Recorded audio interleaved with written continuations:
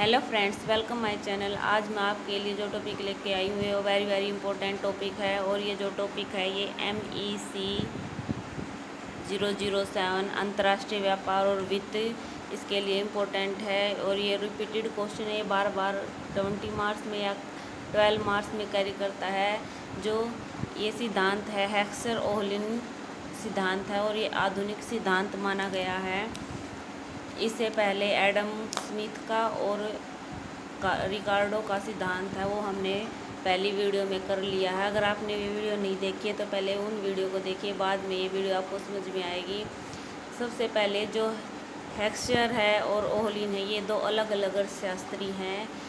इनमें से सबसे पहले जो हेली हेक्सचर हैं 1919 में अपने विचार प्रस्तुत किए हैं कि जो विभिन्न देशों में अंतर्राष्ट्रीय व्यापार है वो क्यों होता है। वो इसलिए होता है क्योंकि देशों में जो साधन संपन्नताएं हैं उनमें अंतर पाया जाता है। किसी देश में पूंजी ज़्यादा पाई जाती है और किसी देश में श्रम पाया जाता है। उसके बाद जो इनके हेली हेक्सचर के जो शिष्य थे बर्टिन ओहलिन, इन्होंने 1933 में हेक्सचर के जो विचार हैं उनको आगे बढ़ाया और इन्होंने अपनी एक पुस्तक लिखी इंटरनेशनल एंड इंटरनेशनल ट्रेड। और इन्होंने अपने विचार जो हेक्सचर हैं उसके विचारों को इन्होंने आगे बढ़ाया और अंतर्राष्ट्रीय व्यापार के जो आधुनिक सिद्धांत है उसमें अपना योगदान दिया।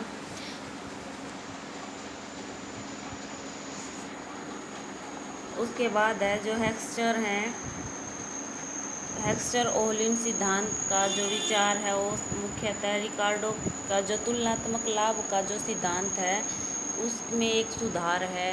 इस जो परिमेय है इसकी जो संकल्पना सर्वप्रथम जो स्वीडन के दो अर्थशास्त्री हेली हेक्सचर और बर्टिल ओहलिन ने तैयार की थी। जो इनकी संकल्पना को पाल सैमुएल्सन तथा रोनाल्ड जोन्स ने और अधिक विकसित किया। इसलिए इस मॉडल को हेक्सचर-ओहलिन सैमुएल्सन मॉडल भी कहा जाता है।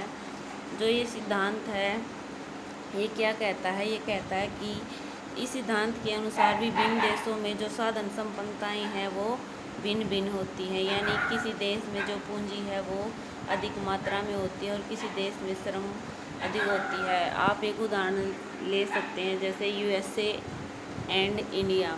जो USA है उसमें पूंजी अधिक है और जो इंडिया है उसमें श्रम अधिक है, क्योंकि जनसंख्या इतनी बेरोज़गार है कि भरण पोषण के लिए उनको जो रोज़गार भी नहीं मिलता। इसलिए श्रम की मात्रा इंडिया में ज़्यादा है। तो वहाँ पर क्या होगा, श्रम प्रधान पूंजी तकनीक का प्रयोग होगा और जो अमेरिका है वहाँ पर पूंजी प्रधान तकनीक का होगा। इसलिए जहाँ पर अधिक पूंजी है वहाँ पूंजी गहन वस्तु का उत्पादन होगा और जहाँ पर अधिक श्रम है वहाँ पर श्रम गहन वस्तुओं का उत्पादन होगा। अर्थात जो अंतर्राष्ट्रीय व्यापार का प्रमुख कारण क्या है, अंतर्राष्ट्रीय का जो व्यापार है वो क्यों किया जाता है, वो इसलिए किया जाता है क्योंकि जो वस्तुओं की कीमत है उनमें अंतर पाया जाता है। यानी जहाँ पर पूंजी की ज़्यादा मात्रा है वहाँ पर वस्तुएं महंगी होंगी और जहाँ पर श्रम की अधिक मात्रा है वहाँ पर श्रम महंगा होगा। इसलिए जो वस्तुएं हैं उनकी जो कीमतों में अंतर पाया जाता है। उसके बाद जो ये सिद्धांत है इसकी मान्यताएं हैं। जो मान्यताएं हैं वो जो सिद्धांत है उसका बेस होती हैं और ये सभी मॉडल में होती हैं। इसलिए जो ये मॉडल है इसकी भी मान्यताएं हैं। 2 एवं 2 मॉडल, यानी 2 देश हैं और 2 वस्तुएं हैं। जो एडम का और रिकार्डो का जो सिद्धांत था उसमें भी 2 वस्तुएं और 2 ही देश हैं। पूर्ण प्रतियोगिता सेकंड है इसकी मान्यता। पूर्ण प्रतियोगिता यानी वस्तु एवं साधन। जो बाजार है उसमें पूर्ण प्रतियोगिता होती है और उसमें 2 साधन पाए जाते हैं, वस्तु एवं साधन। बाजार में पूर्ण प्रतियोगिता होती है। उसके बाद थर्ड मान्यता संसाधनों का जो उपयोग है वो पूर्ण रूप से होता है, यानी वहाँ पर जो रोज़गार है वो सभी को मिलता है।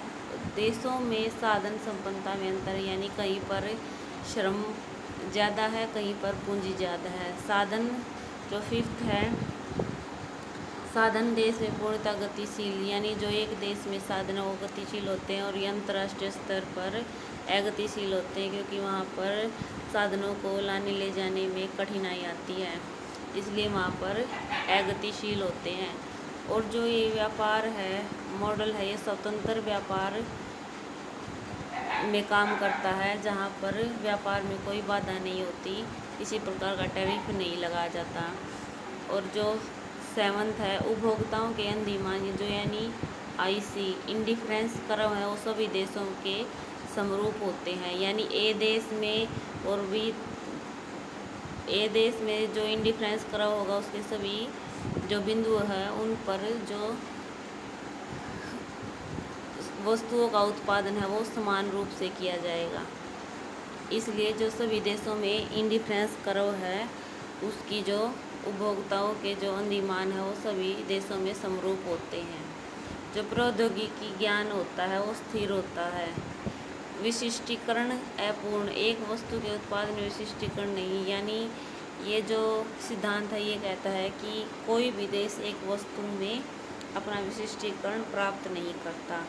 और जो उत्पादन फलन है भिन्न भिन्न देशों में, जो प्रोडक्शन फंक्शन है वो भिन्न भिन्न देशों में समान है।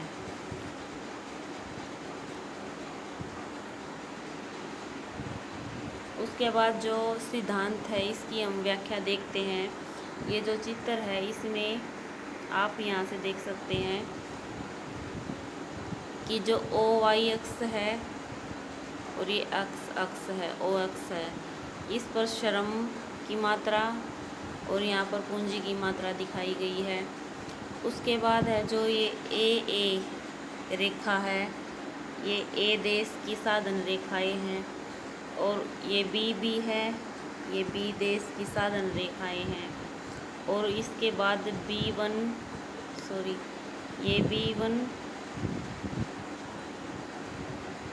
B1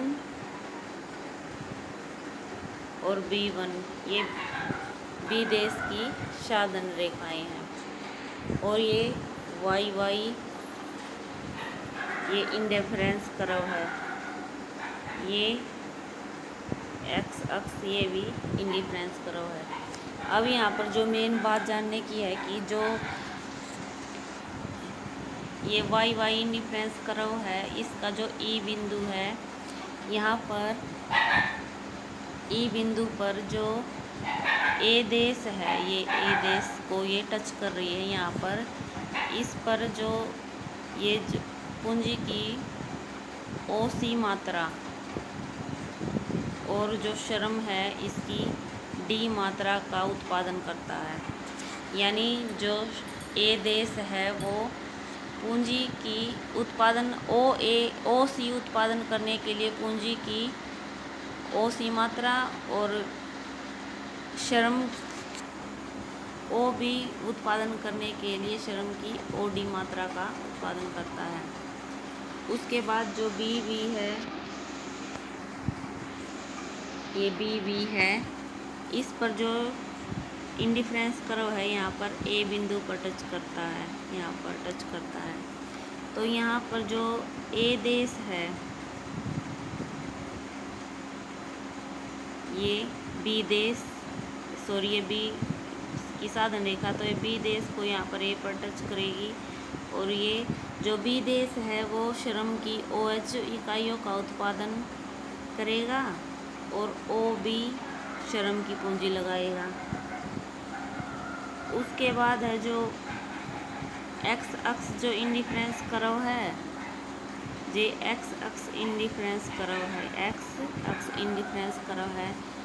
और इस पर जो ये A देश की साधन रेखा है, ये L बिंदु पर इसको टच करती है। जब A देश X अक्ष इंडिफरेंस कर्व पर L बिंदु पर उत्पादन करेगा तो वह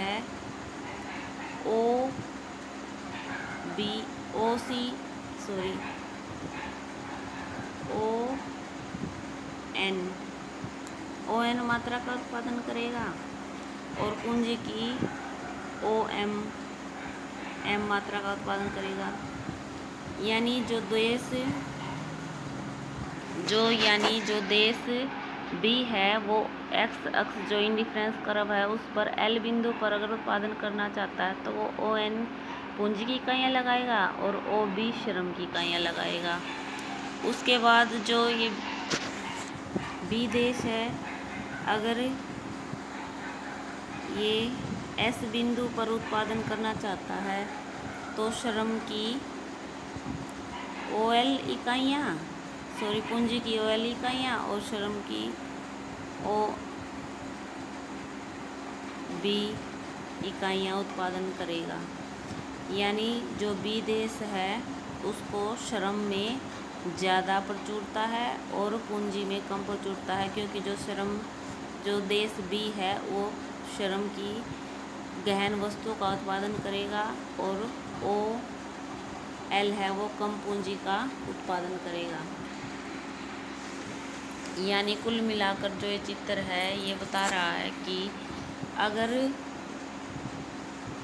देश ए जिसमें पूंजी की ज़्यादा मात्रा है वह श्रम गहन वस्तु का उत्पादन करेगा और देश बी जिसमें श्रम की ज़्यादा मात्रा है वो श्रम प्रधान वस्तु का उत्पादन करेगा।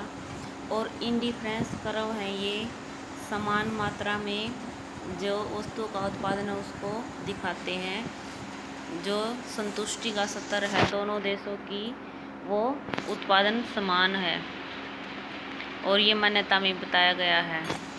उसके बाद जो देश ए है, देश ए में पूंजी प्रचुरता यानी जो प्रोडक्शन कैपिटल और डिवाइड बाय प्रोडक्शन लेबर को ए लेस देन है, क्योंकि जो ये सिद्धांत की व्याख्या की गई है साधन कीमतों के रूप में, साधन प्रचुरता के रूप में की गई है। इस सिद्धांत की व्याख्या हम दो तरीके से कर सकते हैं, एक तो साधन कीमतों के रूप में साधन प्रचुरता और दूसरी भौतिक कीमतों में के साधनों के रूप में। कुल मिलाकर ये कह सकते हैं कि जो देश ए है वो पूंजी गहन वस्तु का उत्पादन करेगा और जो बी है वो श्रम गहन वस्तु का उत्पादन करेगा। अगर आपको मेरी वीडियो अच्छी लगे तो please share, like, subscribe my channel. Thank you for watching my video.